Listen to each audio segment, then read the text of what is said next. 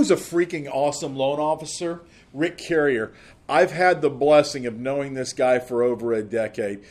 He's worked in and out of companies right here in the Houston area and been such a superstar at every one that he was ever at. I got the blessing. I got a phone call about a year and a half, 2 years ago from him. He wanted to come over and be part of Hancock. It was something that I was very, very happy about. It was something that I was actually even a little giddy, to tell you the truth, because Rick has been a superstar in this business since the day he got in it. And I think he got in it sometime around the early 2000s. Rick has been a top performer, a top producer everywhere he went. And Rick's the guy that could go anywhere in this country and work for anybody. They would pay him to do it. And I'm lucky enough to have him on my team. Rick, I really appreciate you taking time out of your day to do this with me today.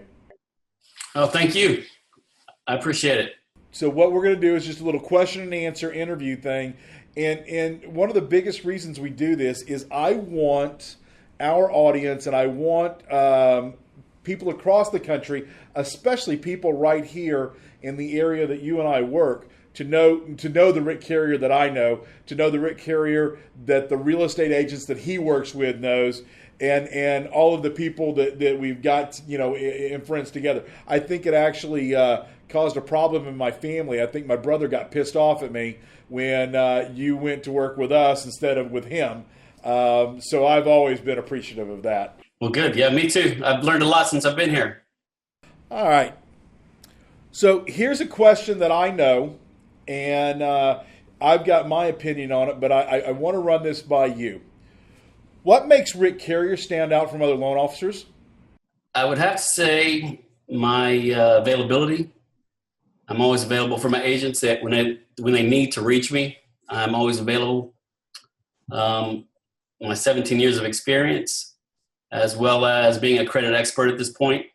And so I'll take the time to map out a plan for, a lot of clients who aren't quite ready.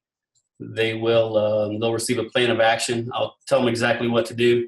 As long as they follow that plan, I usually get them into a home anywhere from a couple of months to a year, whenever they're finished with the action plan. It's funny. I was gonna say almost the same exact thing. It's you're always on the move. You're always doing something to help somebody, and you're always available. I watch you and follow you on social media, and on your off times, obviously you're having fun. You've got one of the most incredible wakeboard boats I've ever seen, but you're at an open house. You're teaching or training an agent on a Saturday or a Sunday. I'm watching you reach out and helping customers on social media all day and all night. And that's something that I see about you. Thanks. Yeah, I enjoy it. That's why I love what I do. So in your opinion, do your agents appreciate that? And do they appreciate it enough to where it makes a difference in their lives and their business? Absolutely. I have, that's why agents always come back to me. That and my communication, I stay in touch with them throughout the process. So the combination of all of that, they tell me all the time, that's why they come back to me. I can definitely see that. I agree with that. And I think that may be one of the things. One thing that I've noticed about guys like you that are so humble and do what you do every day to help and to help your referral partners is, I think sometimes you guys take for granted that maybe other people need to know this. And this is one of the things that I love about doing these interviews is we can now let more people know that there are loan officers out there that will be there when you need them. That if they don't want to sit in an open house by themselves, they can call Rick Carrier. That if they need help with somebody that's standing right in front of them, Rick Carrier will pick up the phone and help them and walk them through. And not only walk them through, but knows what the hell he's talking about when it comes to their credit. Can pull their credit right now and tell them exactly what's needed or what's going to happen. You agree? Absolutely. I do it all day, every day. What technology do you love using that has been provided to you by Hancock Mortgage Partners? I can only pick one. You can pick as many as you want.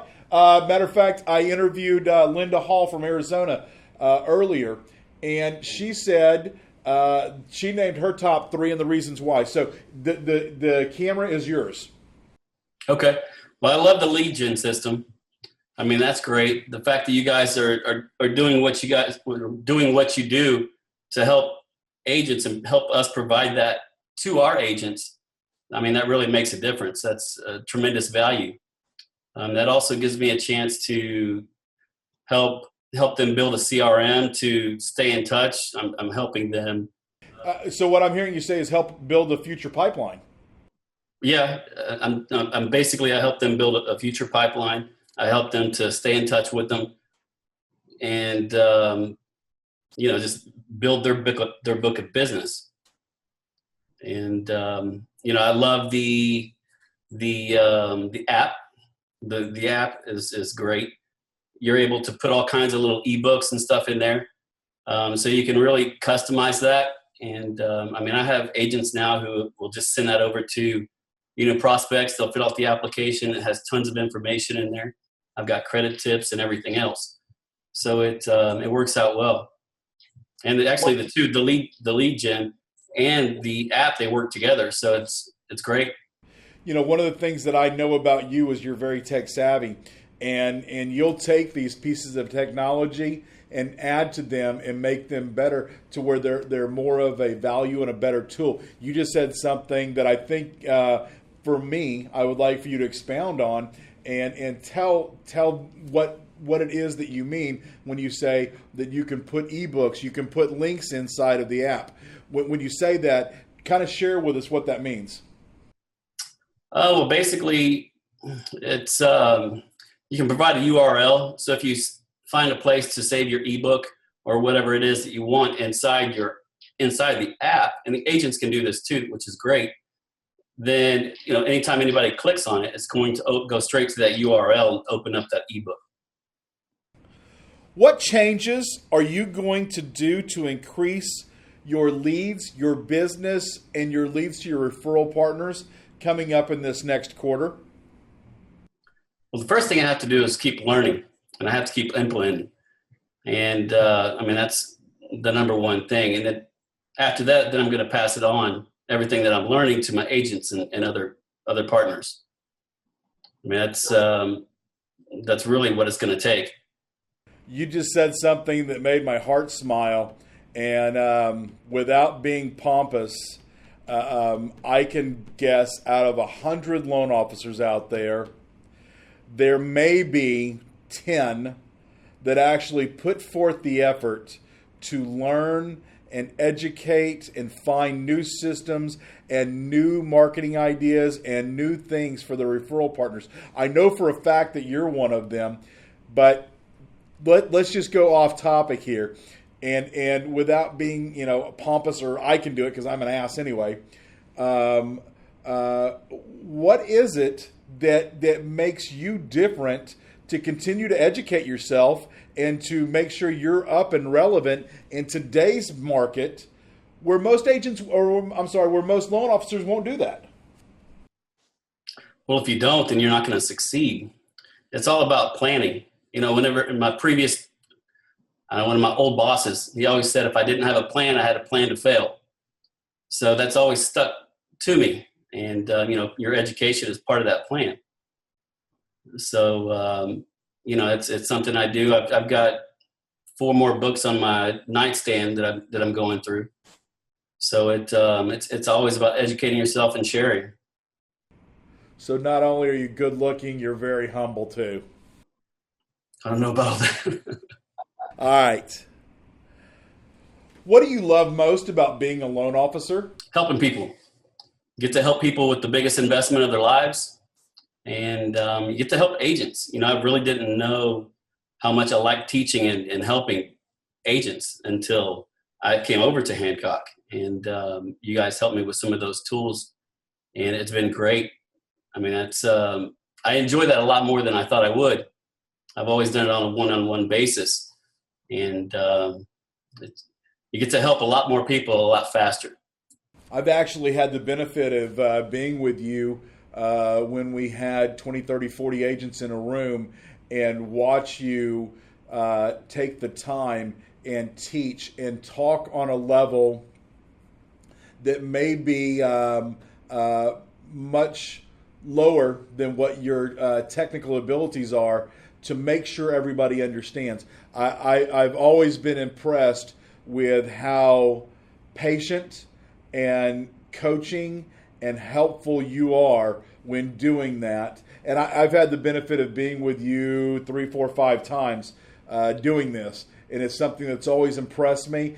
And not only do you enjoy it, and you can see that, you're really good at this. This is something that anybody who's watching this right now, I highly recommend. If you don't have a loan officer, if you don't have a mortgage partner that truly helps in your business and wants to help you thrive and survive and know what's going on in today's market, not in the 2002 market, not in the 1984 market with Excel spreadsheets, but in today's market, especially social media, then I highly recommend you reach out to Rick Carrier in Katy, Texas. But I know for a fact Rick will drive. Hell, we did a class one time that was damn near in Louisiana. So I know Rick will help an office no matter where you're at. Agree? Yeah, absolutely. I'm always here to help. Now, here's something. You've got 17 years in this business, almost 18, I guess. You stuck it through when the business was bad. You've thrived when business is good. From your perspective, you're still a young man, but you're incredibly talented and very savvy. What is one tip or piece of advice that you would give to other loan officers that are in your same type business? Always learn. Always educate yourself. Stay on top of what's happening in the market. You know, what tools can you pick up to help you and other agents and people that you work with. And don't get stuck in that rat race of continue. You know, I had to change the way that I do things. Instead of first thing in the morning, start working on files. I get some of my other things that I need to do, like some of my follow-ups and sales calls first before I get into something like that, because it's hard for me to switch gears anyway. So I always do that first, or it's a lot harder to get it done. That's a great piece of advice. You know, one of the things, and I know that you're laughing at me with this, but one of the things that I can tell you from working with so many top producers such as yourself, Chad Prio, Greg Peckman, Steve Brand, Alex Jimenez, all these guys around the country, is you're all so humble and you think that it's normal to always educate yourself. You think that it's normal. And I will tell you, from traveling all across the country and speaking with thousands of loan officers, it's not normal. You guys are the cream of the crop. You are the best of the best.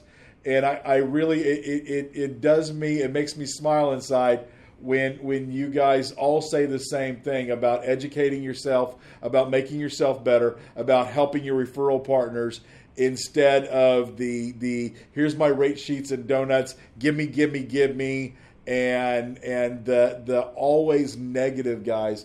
You guys are a class of your own, and I appreciate every one of you. Well, thank you. Here's a question that I don't like that's in here. Your peers that put these questions together for me, I tried to take it out, and they wouldn't let me take it out, and I just don't. I feel it very self-fulfilling, and I'm not crazy about it, but I was told it had to stay in. What do you love about working at Hancock Mortgage Partners? I love the fact that I can contact anybody when I need to. I have a ton of support. And I can contact a processor, underwriter, VP, president, you name it. We've also got a marketing team, not only for myself, but they've helped me do classes and videos for agents. I have a lot of support. I can't ask for anything more than that. I do want you to add to that. One of the things that I found, to me, that's normal. To you, for somewhat, that's normal. But I found this out the more that I travel, that for some reason in a lot of companies, that's not the way it is, that you can't talk to the underwriter, you can't talk to the processor, you can't talk to the president. Oh my God, the president. So will you expand on that a little bit? I would say 80% of the companies that I worked for previously, I couldn't even talk to an underwriter. Sometimes you couldn't even talk to a processor, much less a VP or president. It's definitely outside the norm. It's a great benefit, not only to myself, but to my clients, to my agents. I can always get an answer. I get the support. Now, I know that you would be a top producer no matter what, even in the 80% of the companies that you worked for that wasn't allowed. But do you think that may be a key to part of your success? Absolutely. I can rely on you guys, which enables other people to rely on me. I think you just hit it on the head right there. It is your referral partners and your customers being able to rely on you that makes things happen. Do you agree? Absolutely. Yeah, absolutely. So you've been in a number of different parts of this business. You've always been an originator, but you started out, correct me if I'm wrong, you started out as a lead gen originator. And I believe you were working like Lending Tree or something like that. You've been a refi guy. You've been a purchase money guy. You've been an advocate. You've been a teacher. You've been a referral partner, a purchase guy. What is one obstacle that you had to overcome as a loan officer that you'd like to share with others? Changing from the leads only or changing from refinances over to purchase money. That was a little bit difficult. It required a lot more training, and I guess that's pretty much when I started all the training, and just didn't stop. You can't stop. So, if you had to give a piece of advice to a guy that's working in what I'm going to call a lead shop, a sweatshop, anything like that. Knowing that it was difficult, and I was there. I got to see it through a couple different companies. You do that. Is it something that you would do again? Is it something you would recommend to one of those guys, or is it something that you came through it and would not recommend it? I wouldn't recommend it because I feel like the lifespan of something like that is much shorter, as far as career wise. You're always going to be dependent on someone who's feeding you leads, in my opinion, versus having the opportunity to free up your time and go out and spend it getting new clients or educating agents and stuff like that. Because all I would do is smile and dial all day, every day. I'd work from 8:30 in the morning till about 9 o'clock at night, dialing nonstop. You just said something that made me think about something, and I've had this conversation. Chad Prio and I have had it a number of times. In theory, other than the fact that you are a Hancock Mortgage Partners W-2 employee, you truly are an independent businessman, because at any time, this is your business, it's your agents, it's your referral partners. You can take that and go anywhere with that. Now, as a lead guy, it's not that easy, is it? Oh, no, you can't do that. Those leads belong to them. You start completely over from scratch if you were to make a move like that. It's very scary. And unless they have the same exact programs, the same exact, you're basically starting your business over every time if you had to make that change. If a company shuts down, if a company changes lead programs, but the way that you have your system built up now, it truly is. It's your business. Absolutely. That's another thing I love about it. Do you feel like it's your business? Yeah, you have to. You have to. Whenever you're calling leads for somebody else, you don't feel that way. I can tell you that. I hadn't thought about that. You just gave me a huge education, because I never really thought about that before in that perspective. But in the situation that you and I have right now, I'm dependent on you. You're not dependent on me. We have to work together. We have to communicate. We have to help each other. We have to support each other. And I have to support you more than you support me within reason. But at any time you feel that you're not getting that support, you can theoretically pick up your shingle and take it anywhere. It's yours. Yeah, I could. Thank you. You just taught me something today. This is one that I always laugh at because I've never, ever, it's a silly question. It's a funny question if you work in this business, because I can't find one person in the 24 years I've been in this business that said, yes, when I did my first grade report, I stood up in front of that class and said, I wanted to be a loan officer. So here's the question. Did you always want to be a mortgage loan officer? If so, why? And if not, what were you pursuing before? No, I didn't always want to be a loan officer, I can tell you that. But I always knew I wanted to help people. Okay. And, everything that I always did, I had to find a way that I was helping someone or I wasn't going to be happy at the job. So the search continued. But once I did find this job, I knew it was great. And it's a great feeling, especially when you're helping someone who isn't quite ready, or you've helped someone for a year, you've talked to them for a year, and you've instructed them what to do, with their credit. And, they've come around, they've bought a house for the first time, and they're 50 years old. It's their first house. I mean, there's nobody else that's more appreciative of what you've done for them than those borrowers. And it's a great feeling. It's a great feeling. I will agree. One of the things that I always enjoyed, and I want to preface this with the last loan I originated was in July of 2000. But one of the things that I always enjoyed, and I felt it somewhat of an honor to go to closing, is looking across the table at that first-time home buyer and seeing the smile on their face when they knew that they just had purchased a home for their family, to start their family, to grow their family, that they had now set roots, and they were always so happy, and that's one thing that I truly miss. Yeah.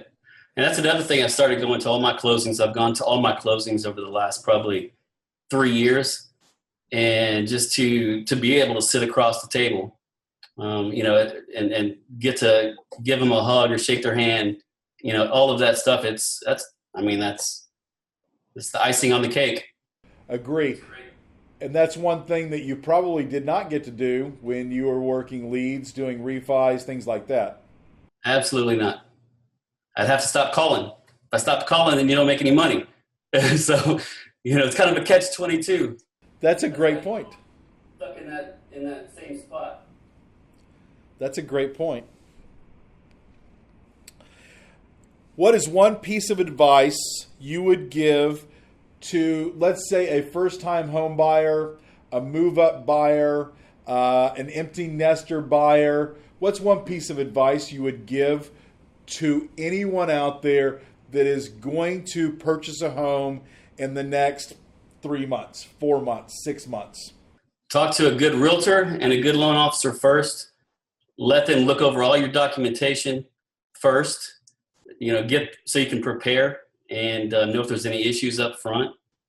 That's probably the biggest problem, is when someone just rushes out and signs a contract, and then they wonder why it's so stressful trying to close in 30 days because they didn't do the work that was needed in the beginning. I'm going to tell you a story real quick, and I hope you find this as humorous as I do. So when I bought my first house, and that's the reason I got in this business, is I had such a horrible experience. The first person I talked to was a part-time real estate agent, and they told me the first thing I needed to do was go to the mall and fill out every credit card application I could find at the mall. And I got my first 2, and then I got 14 letters turning me down because I had too many credit inquiries. So, I know better than you would ever do anything like that. That was probably one of the funniest. The second one that I just absolutely, and I remember this very much to this day, when I financed my first house, is the loan officer waited way too long to pull my credit. And if I remember correctly, I was 23 or 24 when I financed my first house. And when he pulled my credit, and we were probably 2 weeks away from closing, and this is way back in the early 90s, Then all of a sudden on my credit report, I had a $500,000 small business association loan against my name for a car lot. I had an apartment about 200 miles away from my house in my name on my credit that I had defaulted on. And I had a storage building, if I remember correctly, in that same town. So you and I know Houston, Texas, and where we live. This was in Beaumont, Texas. All of this stuff popped up. And this credit reports were really horrible back then. And one of the things I know about you, the reason I'm bringing this up is my loan officer waited way too late. And I personally, as the customer, had to scramble to prove that not only did I not borrow $500,000 at 23 years old for a car lot, that the idiotic things that I had to do to prove that I never rented an apartment in Beaumont, Texas, or any of these things. Now, one of the things that I know about you is these are things, when you just gave that piece of advice, these are things that you take care of way at the beginning to make sure everybody knows. Will you expand on that a little bit? It's a matter of reviewing the credit and figuring out what errors are on there, what needs to be removed, that make sure your debt to income ratio is in line. The income that you have is usable. If you're going from W-2 to 1099, that's going to be an issue. And there's a lot of people who are self-employed. They don't realize that writing off all that money and the business expenses is going to hurt them. So that's just a few. But there's probably 100 things that we need to look at to make sure that everything's going to go smoothly and that you're not going to waste your earnest money, your time, the realtor's time. And it's really, really important if you want to buy a house and stress-free. Agree. Now, one of the things that I know for a fact is if you were my loan officer, whatever that was, 20 plus years ago, well, almost 30 years ago, if you were my loan officer at the time, I would not be the one running around trying to get everything solved, that you would give me a better plan. I know that for a fact. So yes. This last one is something that is my Bryant Gumbel moment kind of thing. I've had the benefit of knowing you, I guess, since almost about the time you got in the business, and working with you at a couple different places and watching you grow and thrive and, frankly, dominate and kick ass compared to a lot of the other loan officers, most every loan officer that you ever worked with, as far as I'm concerned. So tell me what your why is. I happen to know about your kids, your boat, things like that. Tell me your family. My family? Yes, sir. Wow. Well, my daughter lives with me. She graduated from college. She's moved in. She's trying to figure out what she wants to do. Well, she's actually planning to be a life coach. Nice. And so she's actually taking a class for that, learning a lot of the same stuff that I'm learning. So it kind of meshes together a little bit. It's kind of nice. But my mom, I have my mom, my sister. They live close by. My dad used to be a realtor. He recently retired. But what's it like having your daughter live with you? It's nice, actually. I get to see her.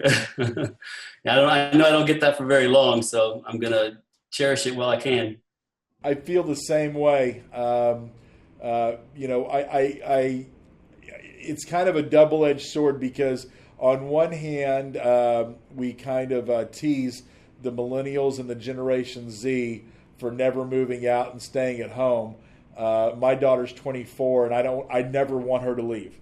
I want her to be there forever. She lives in her part of the house, and I find it very comforting. And I don't necessarily want her out in the real world, so to speak. So, do you feel that way? Absolutely. That way, you know she's okay. Tell me what you do for fun. Well, I like to wakeboard. I like to surf. Play basketball. Go to the gym. Pretty much anything that's sports related.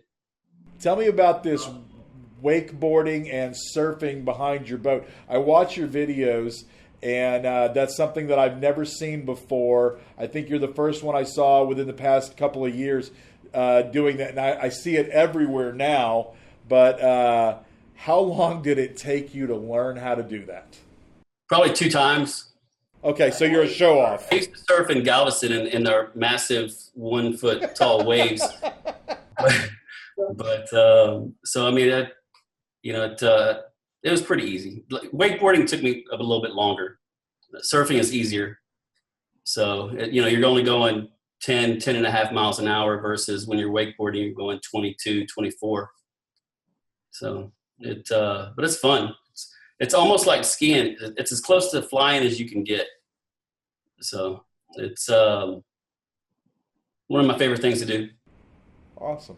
Hey, I really appreciate you taking time out of your day, taking time away from your referral partners and your customers to do this interview with me. But I think it's something that's necessary. I think it's something that people need to know who don't know Rick Carrier, need to know who Rick Carrier is. So I appreciate you doing this for me. I appreciate you. So like I said in the beginning of this video, you know who's a freaking awesome loan officer? Rick Carrier. If you're ever in the Katy area, if you ever have any questions, if your loan officer, your realtor is not helping you when you think they should be, reach out to Rick Carrier. It will help you today, and he'll call you back. This is Johnny Fowler. I appreciate it. Thanks, and have a great day.